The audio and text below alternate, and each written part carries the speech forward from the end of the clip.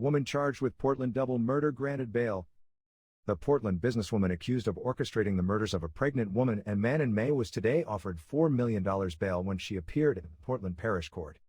Jody Ann Jackson, a 28-year-old bar operator and nail technician of Anchovy Land Settlement in the parish, is charged with the murder of 28-year-old Shade Pink of Campbell Avenue in Port Antonio, Portland. The mother of three is also charged with the murder of 23-year-old Kano James of Johnstown District, who was also killed in the shooting attack on May 24 along Campbell Avenue. It is alleged that Jackson rented a car, drove it to where the pregnant woman was located and pointed her out to the shooter. The accused was granted bail after her new attorney, Courtney Rowe, made a bail application before Parish Judge Tanel Beecher. Jackson was previously denied bail twice. The court was told that Jackson gave a statement in the presence of her former attorney in which she shared certain incriminating details regarding her involvement in the murder.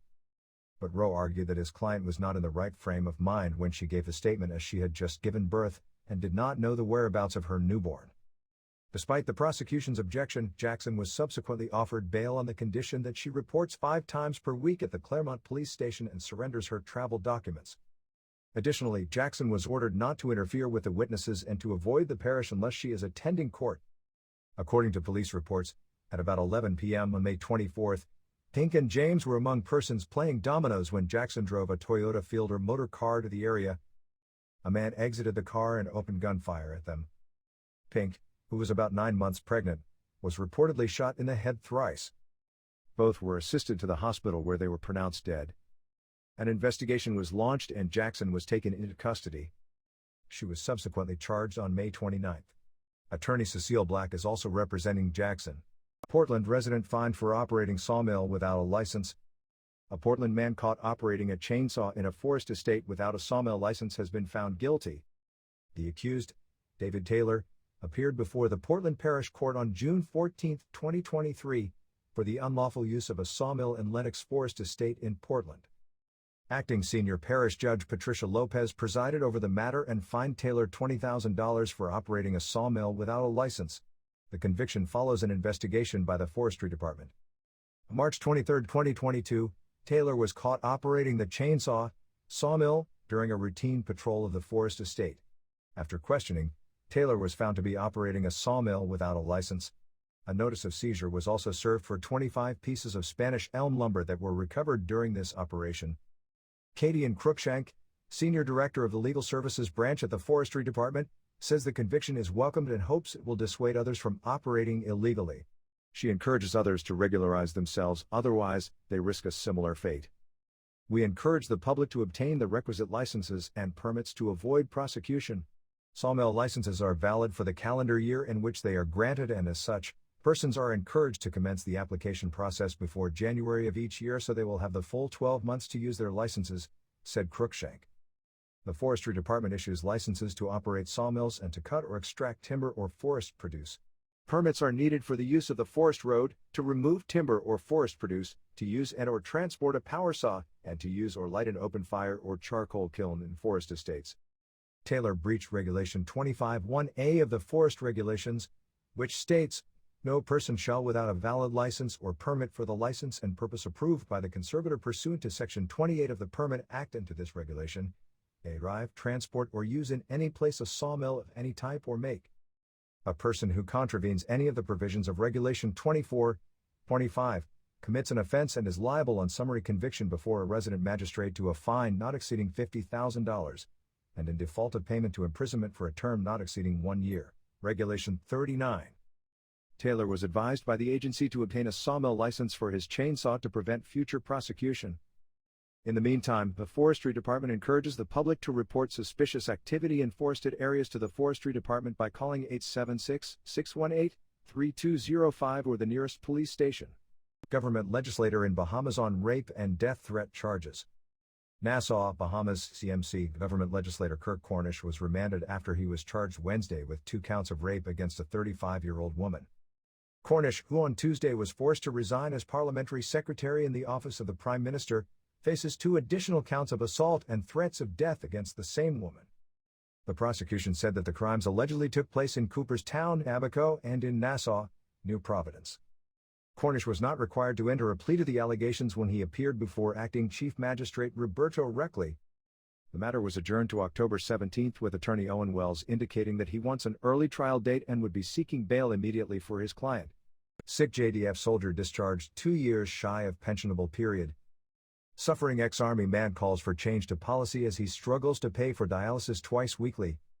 A former Jamaica Defense Force, JDF, soldier who was discharged from the Army after being diagnosed with 2 medical conditions says he has been burned by the entity's policy which stipulates that employees have to serve 18 years and over in order to qualify for a pension. According to the website of the Department of Veterans Affairs, DVA of the JDF, in respect of pension and gratuity, individuals are eligible after 18 years and over for a pension. Qualifying for a disability allowance, however, is subject to a report from the medical board, a final medical and injury report. The ex-soldier, who was contracted to the JDF from 2006 and was diagnosed with an illness in 2015, said he continued to work up to 2022 when he was discharged on medical grounds, landing just shy of the 18-year mark and any pension from his former employers.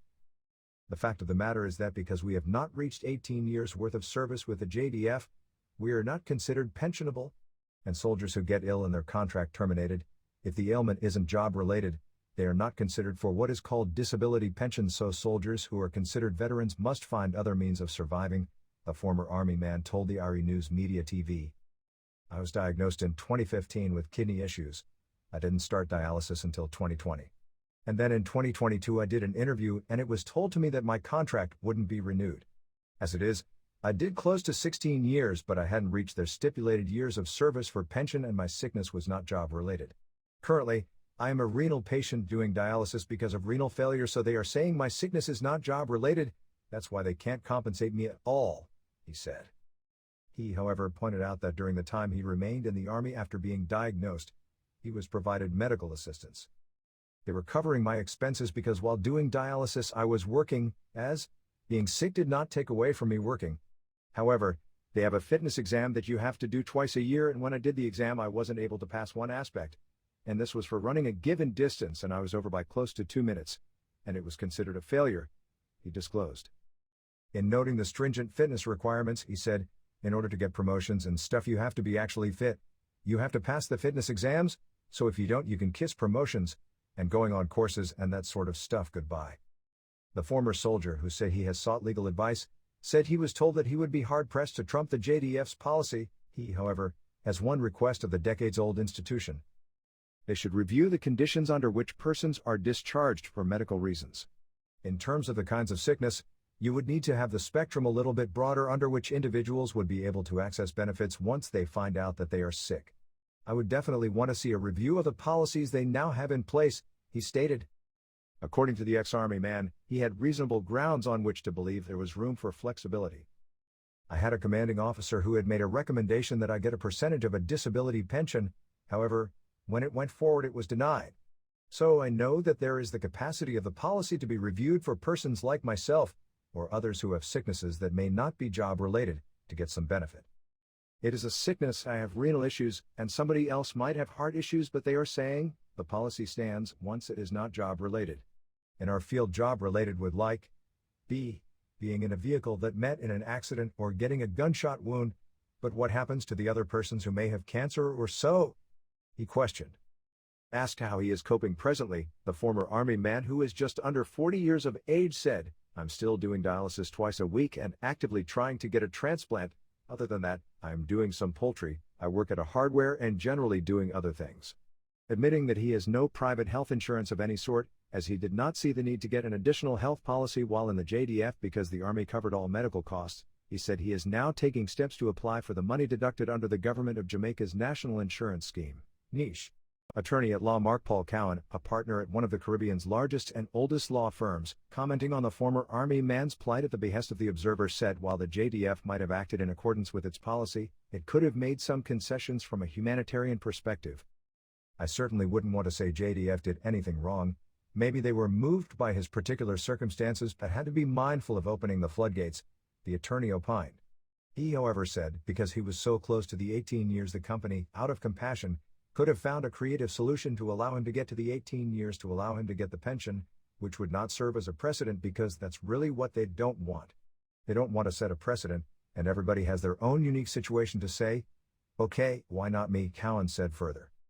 So it's just a matter of trying to tailor something very specific, considering that he had made it so far, just to allow him to get to the 18 years so that he could get the pension. It was service to the country. I think there should be some consideration for that, certainly, the attorney reasoned. I do know that the administration may be conscious of setting a precedent, and there's really no guideline because everybody is going to have their unique situation and, why not make an exception for me? So that is one of the main concerns. But if he was a good soldier and he gave 16 years of valuable service, I think they should have tried to find a way, something palatable, something that makes sense, but not necessarily something that serves as this broad precedent for other persons to come under, he added. In late July, the Department of Veterans Affairs, EVA, which is responsible for helping former Jamaica Defense Force members transition to civilian life, came under fire from a group of veterans who had questioned its efficiency, alleging financial embarrassment as a result of late pension and retroactive payments. I have served for over 25 years. We as the veterans are suffering because the Veterans Affairs Office is not doing what they are supposed to do. They are not representing the veterans as it relates to pension payments and retroactive payments. In the JDF, you are not supposed to have any other job, and whenever persons retire, they are expected to get their pension at a particular time, a spokesperson for the veterans told The Observer recently. The Observer is yet to receive any response from the JDF in relation to those grouses, despite numerous attempts. Traumatized. Jamaican man recounts mental torment faced amid deportation threat in UK. A Jamaican man who says he suffered mental torment and was sexually harassed in a British detention centre is exhaling after a deportation case brought by the Home Office against him fizzled. Former banker James Matthews, 34, who fought against his deportation to Jamaica, won the right to remain in the United Kingdom, UK, after the Home Office accused him of overstaying his visa in 2020. A judge dismissed the matter last Wednesday, a day after the hearing began, because representatives from the Home Office were a no-show. Matthews had his case handled by senior solicitor Naga Kandia and his team at MTC Solicitors in Kilburn, UK. In a Gleaner interview yesterday, the Rocky Point native recounted that he traveled to the UK in October 2019 to visit his fiancée, his father, and siblings and to attend a christening. He had made several prior trips to the European country. Weeks into his visit, he said news began emerging of the coronavirus, which later evolved into a pandemic, forcing countries to close air and seaports, as businesses to shutter. Matthews said his planned return to the island was halted amid the widespread cancellation of flights and the Jamaican government ordering the borders closed on March 24, 2020 to incoming passenger traffic. Not wanting to overstay a 6-month visa, the former Jamaican national employee said that he applied to the Home Office for an extension which was granted. That's one thing I didn't want on my record because once you overstay, it's a problem to get another visa, he said. But, by the time that extension expired, Jamaica's borders were still closed. He received an automatic extension, he said, to July 31st. Matthews said it was at that point he decided that it was pointless to return to the country, since the bulk of his family was in the UK and an aunt with whom he was close died during the pandemic. He said he had contacted a solicitor that month who confirmed that he could apply for leave to remain in the country. He applied on July 28 and from there he and his solicitor awaited word from the Home Office. Request for documents. Months later in October, the Garvey Maceo High Pass student said he received an email from the Home Office with a request for additional documents. This was honored. However, months later, and after several checks with his solicitor, there was no update. The dormant period carried over into the first half of 2021, but still, there was nothing from the Home Office. It was just a waiting game. And what made the information seem accurate is that my brother had applied to have his leave to remain renewed, but he didn't get a response either, Matthews recalled. The Home Office had also indicated that it was dealing with a severe backlog, he said. The year ended with Matthews still awaiting a response. He said he kept checks with his solicitor and the Home Office, but there was no update on his application up to May 5, 2022. I was concerned. I wanted to be able to work and to visit places. My life was on pause. Healthcare for me was near impossible. My GP, general practitioner, said that I couldn't see him without my passport.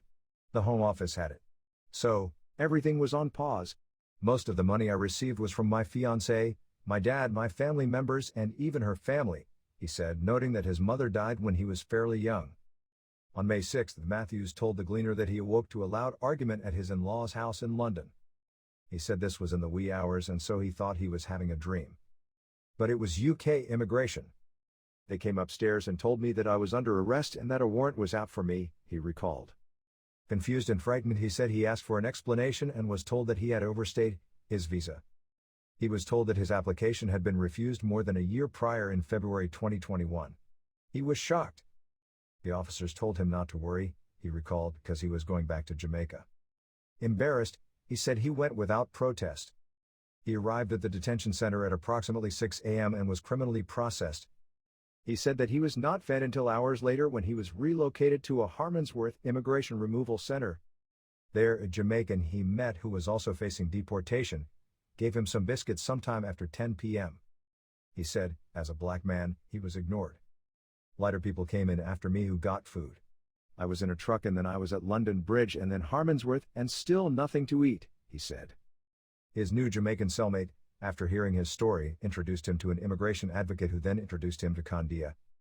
His previous solicitor maintained that no refusal from the Home Office was ever sent.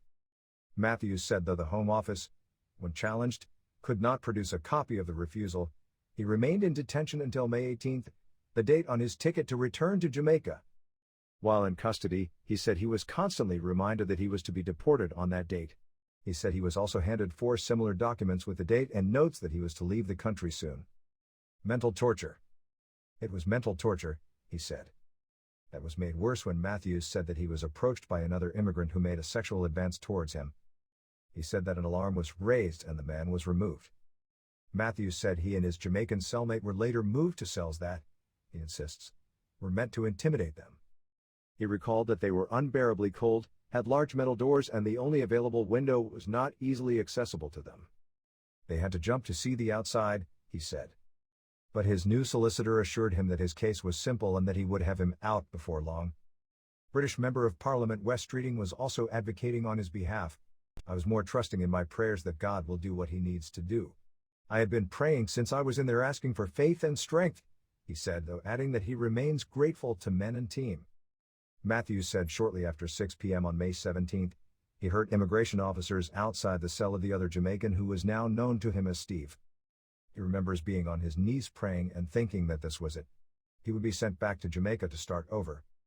But more traumatizing was the fact that he would be labeled a deportee though he had never been in trouble with the law and had done things by the book while in the UK. While awaiting his turn to be escorted to the airport next door, a call came in from his fiancée informing him that Candia's application for a judicial review of his case was successful. The solicitor had also secured an injunction blocking his deportation. An officer subsequently told him that he would not be going on the night's flight. He was released the following day.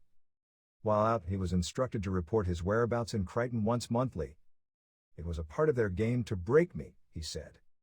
Behind the scenes, his solicitor worked to retain the service of a barrister who in September defended his case at the upper tribunal, a superior court of record that is similar to a high court. The case was sent back to the first tribunal and an application for it to be heard was filed in February. Armed with character references from his Jamaican-born in-laws and his British-born fiancée, who are medical doctors, proof of financial stability and accommodation, Matthews was ready for his day in court. That day happened to be last week Tuesday, which was celebrated as Emancipation Day in Jamaica. The Home Office did not show up for the hearing. The judge returned the following day after reviewing the documents submitted for Matthews.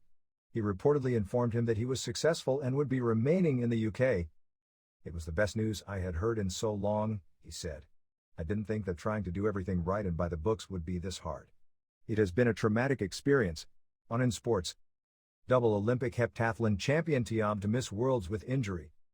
Brussels, Belgium, AFP, Belgium's two-time Olympic heptathlon champion Nafissatou Thiam will be unable to defend her world title later this month due to injury, the Royal Belgian Athletics League said on Wednesday. Thiam, 28, missed out on meetings last month and will be sidelined for the World Championships in Budapest between August 19 to 27.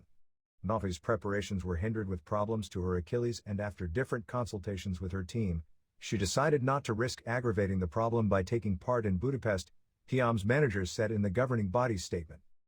Nafi is disappointed to miss a major championship but maintains a strong vision about her long-term ambitions and the Paris Olympic Games, they added.